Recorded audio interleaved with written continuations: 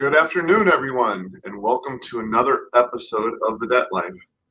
Today, we're going to talk about the Florida gambling bill, which is going to have over $1 billion impact on Florida, and the Florida Leads budget, which is over $100 billion. We're going to talk about what it consists of, why it's important to you, and some things that you can take away from it. Before we get into that, though, we have to acknowledge Happy Pride Month. Hey, Laverne, I see you out there on vacation. Can't wait for you to get back. There's a bunch of parades going on. We're going to be participating. I encourage you to get involved. Big Brothers Big Sisters is going to be participating in the parades. So get involved. Happy Pride Month to everybody. It's really, really an exciting month.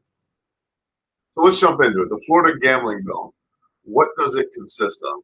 I'm not going to lie. I enjoy going to Hard Rock and gambling every once in a while, but I also see the negative impact from my office where people come in and they get addicted to gambling and they lose everything. So this is a very, very important bill. The Florida Senate and House, it was a bipartisan bill, passed that the gambling operations would be able to expand. And now the Hard Rock's going to have roulette, it's going to have craps, and it's going to have sports gambling. And that's going to be the biggest thing. Sports gambling, that you could gamble on your phone anywhere in the state. The state is expected to receive over $20 billion over the 30-year deal. It is an exclusive 30-year deal, and that's why some companies were upset because of the exclusivity of it. Obviously, there's a relationship between Florida and the Seminole tribe. That was part of getting the deal done. Let's talk about some of the impacts on the community. The positive impacts are clear. The deal is going to bring billions of dollars in added revenue to the state of Florida. The cities, the counties are going to get more money. The new deal is guaranteeing $2.5 billion over the next 5 years, which obviously is a huge number. And the money is supposed to be earmarked and used for education, healthcare, infrastructure. If you live in Fort Lauderdale, you know that we're having some issues with our pipes, although they've done a really good job lately of cleaning those up and renewing those. We haven't had any issues. But we have a lot that we need to take care of. Also, we have sea rise that we're dealing with as well. That's going to be very expensive to deal with in the future. So my initial reaction to it is I like when gambling is confined to a smaller space. If you make it too easy, if you make it on your phone, people are going to make bad decisions. There's no restrictions between you and your phone. At least if you have to go to a casino, if you potentially are drinking or not in the right mindset, the casino might be able to cut you off from gambling. If you're there alone with your phone, I'm sure that there's people that are watching right now that sent a text or did something with their phone when they weren't in the right state of mind.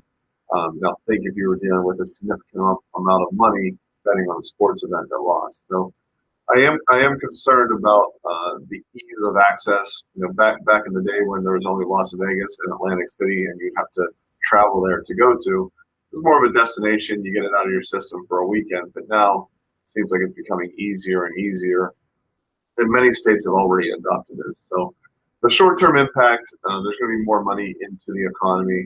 I am concerned about the long-term impact on individual finances. So if you are going to gamble, make sure you're gambling money that you can afford to lose. Never risk money that you really need. Of course, don't risk money for the mortgage that is earmarked for the mortgage. They're also going to build 2 new towers, part of the deal at the Hard Rock. So the casinos that are building these brand new towers, and that guitar tower is beautiful.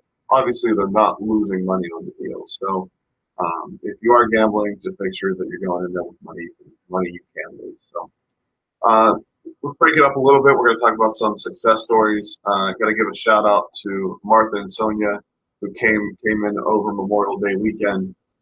They filed 2 cases. One case, there was a garnishment going into effect, and if they took the garnishment money, the client was unable to pay rent. The other case, there was a sale date set actually the day after Memorial Day, so Tuesday, and Martha came in and filed that. So shout out to Sonia and Martha. We're open late, we're open weekends, and if you really have a legal issue that needs taken care of, we have a team of people here that really care and are going to make sure that it gets done, even if it's not at the most convenient time, because we realize that you don't choose when the emergencies happen. So if you ever need anything, just reach out to us, email us, message us, just get in touch with us, and we'll figure out a way to make it work. with your schedule and get you taken care of. All right, jumping into the Florida leads budget. And yes, please, I see there's some questions coming through. If you have any questions about anything, I'll do my best to answer them. Feel free to put them up here. Leanne, let's see. Who does the new gambling bill, or when does the new gambling bill go into effect?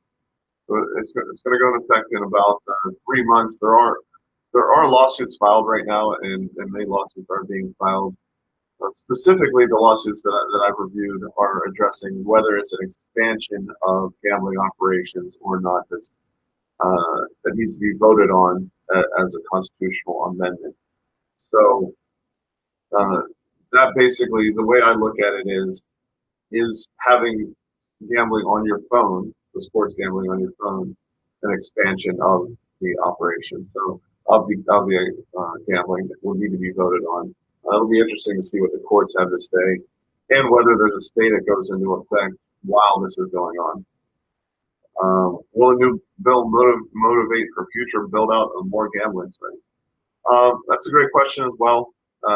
Right now it's limited to the Seminole, so I don't think it'll fill it out around Hollywood, farther than Hollywood. It possibly could, obviously. This is an exclusive deal, so for 30 years they have the exclusive right to this. It does seem like they're building a mini Vegas in Hollywood there, especially since it's right next to the airport. I could eventually see some sort of bright line or tri-rail that's going from the airport to the Hard Rock. It'd be really interesting to see how everything is built out over the next 5 to 10 years even, because they definitely build things quickly out there. What are some incentives to introducing the new bill? Obviously, the guaranteed money was the big incentive that brought on that I think got the bipartisan support, and the ease of working with some party that you already have worked with in the past. So I think the relationships there, as well as the money, the guaranteed money, really carried the day here instead of making a deal with DraftKings or FanDuel or some of these bigger nationwide companies. They went with who they already are working with and have an understanding with. So that certainly helps out. So I think that answers a couple of questions. I'm going to jump into the Florida leads budget now. I didn't realize that the budget in Florida is $101.5 billion. That's just a massive number. And I was looking through the governor's vetoes, and I was actually talking to some of my friends about how that process actually happened. That has to be a really interesting process. It'd be nice if there was a reality TV show or something that spotlighted that. I'm sure a lot of those deals aren't made for reality TV, I guess we can say. So a couple things in the budget that are going to be able to help you. There's a tax package, which includes 7-day Freedom Week sales tax holiday, which is coming up in about 3 weeks. So it'll save you 6% on purchases. 10-day back to school sales tax holiday. And the 10-day disaster preparedness sales tax. So if you're getting generators, if you're getting different things, make sure you check these out, and it can save you a lot of money depending on what days you shop. So make sure that you look out for those. Because it'll save you 6% off the top, which is a big savings. Transportation and infrastructure, there's a lot of money, as I spoke about during the gambling bill. There's a lot of money that's going to need to go into infrastructure and transportation, because we have so many people that are moving here from different places, whether it be New York, New Jersey, California. I mean, we're seeing like Texas. We're seeing people moving here from everywhere throughout the country. Which is a great thing, and we're seeing the impact of property values are rising. Our businesses are doing better, especially we talked to a lot of people in the restaurant business, and they're saying that it normally slows down now because we're in the summer, but it feels like we're in season right now. So that's really great for the restaurants because we have a lot of lost time to make up for. So I'm glad that's working out. As far as the investment in the Florida Department of Transportation, that's almost 10% of the budget at $10.3 billion, which is, once again, a huge number. And you're seeing a lot of that be put into the waterways, into the roads, into the sewer systems, pipes. We need to make sure that we're planning for all the people that are coming here. So I'm glad to see that is a big number in the budget, because this is a great place to live. I want to make sure that our systems don't get overwhelmed, especially, one time little Fort Lauderdale is becoming this massive city, as you're seeing all these high rises come around in apartment buildings and condo buildings. So I'm glad to see it's growing. I'm glad to see it's growing in the right way, and I hope that it continues that way. A lot of money is coming in for education as well. I was talking to a friend of mine yesterday or 2 days ago now, and the education system really gets a bad rap in Florida. We have some of the top universities in the country, public universities in the country, and the schools, the high schools, the middle schools, they're all getting better. It seems like everything's coming up. So it's good to see that there's a pledge to continue the drive to raise teacher salaries almost up to $50,000, $1,000 stimulus check to the teachers, and there's a lot of people that are going to receive that bonus, and that's a well-needed bonus for the people that really struggled over the last year teaching virtually and dealing with that. So I'm glad to see that came through. Health and Human Services, there's $134 million in the budget for children and families who need health and human services through the welfare system. And that also includes $138 million for community-based services for adults and children. As part of this, the Big Brothers Big Sisters, which I'm chairman of the board of, actually got fully funded what was in the budget as well. So that's great as well. That's going to help out a lot of people. Let me go back to the questions here. What impact will a new bill have on the local economy and the economy? Man, that's hard to say. So I think initially it's going to pump a lot of money back into the system, and it's going to be dependent on local government, the county, the city, to make sure the money's going where it needs to go.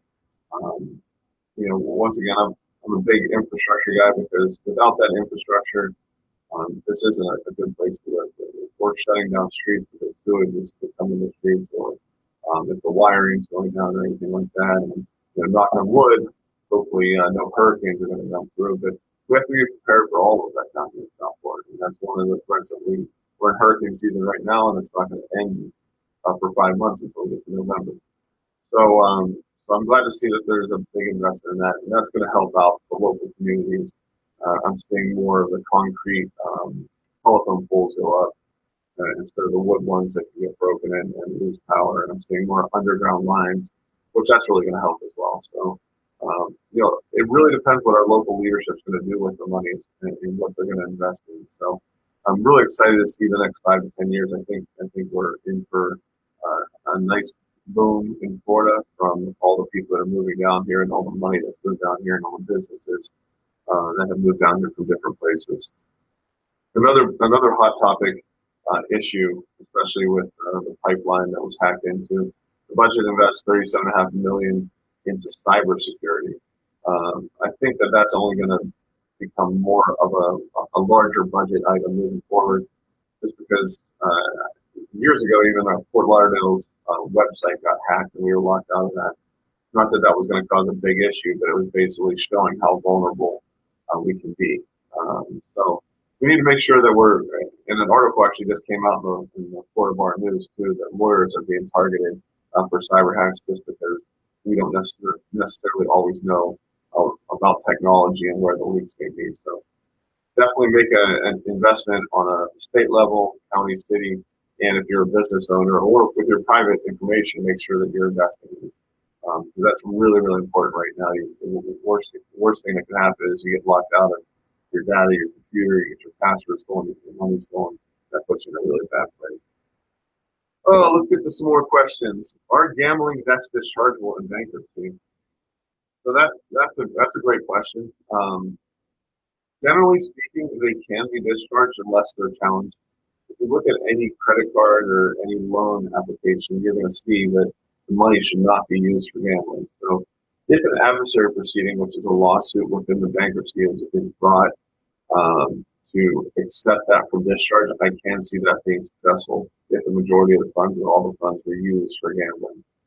So I've actually had to list casinos as creditors. Now that's different because the casino knows when they give you a line of credit that you are gambling that money away. So if you use money that is not intended for that purpose, and you can go out and get a loan from your local bank and put it all on black or one hand of blackjack to hope to double your money and lose, the bank would have a good argument that it should be non-dischargeable because that was not the purpose of that loan, and it was specifically accepted from that. So that's a really good question. Is there any mortgage or rent relief in the Florida bill? Uh, this month.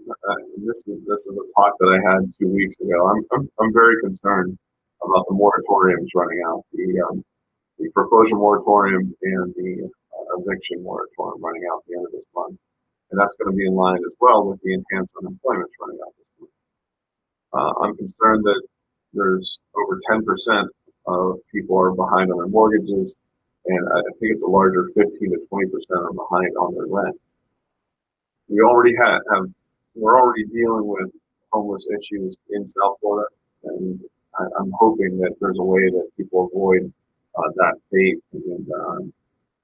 And obviously, we're here to help out. I know a lot of legal aids are offering their assistance as well. You just got to find a place, knowing that eviction is coming up. Either find a way to work with the landlord or find a place to work out. So find a place to live afterwards. So it's going to be a wild ride over the next 12, 18, 24 months after the fallout from everything that happened during the pandemic. People that were on unemployment for a significant amount of time. People that were sick and have medical bills. And unfortunately, the government just doesn't have enough money or can't keep the money coming that's going to be able to protect people moving forward. So it's going to rely on you and your community, your family, and the people around you to make sure that you're okay. Obviously, in the communities, we're in all of South Florida now. So we're in Palm Beach County, we're in Broward, and now we have three new offices. One in Miami Lakes, one in Doral, one in Miramar, and we've hired staff to be there for you. So we're here 6 days a week. We're here early. We're here late. If you have any other questions for me, you can certainly put them into the chat, or you can email me directly. South Florida is a great place to live. I love it here. I don't ever see myself moving. We have a lot of fantastic things moving forward. We just need to make sure that we're doing it in the right way, and then each individual is building themselves in the right way, and that's how you build a strong community. So, if you have any other questions, feel free to post them. Obviously, there's helpful information on our website, vanhornlodging.com. You can contact the office at 954-637-0000. As discussed, we have weekday appointments, weekend appointments, evening appointments, morning appointments. We have Spanish speaking lawyers and English speaking lawyers. So whatever language you feel most comfortable in speaking, we definitely speak your language. We have 3 books now. So there's The Debt Life that you guys have seen. Go to debtlife.com, Bankruptcy in Florida, and then La Bancarrota, which is our Spanish version. So La Bancarrota in Florida. That just came out. If you need a copy, feel free to contact the office.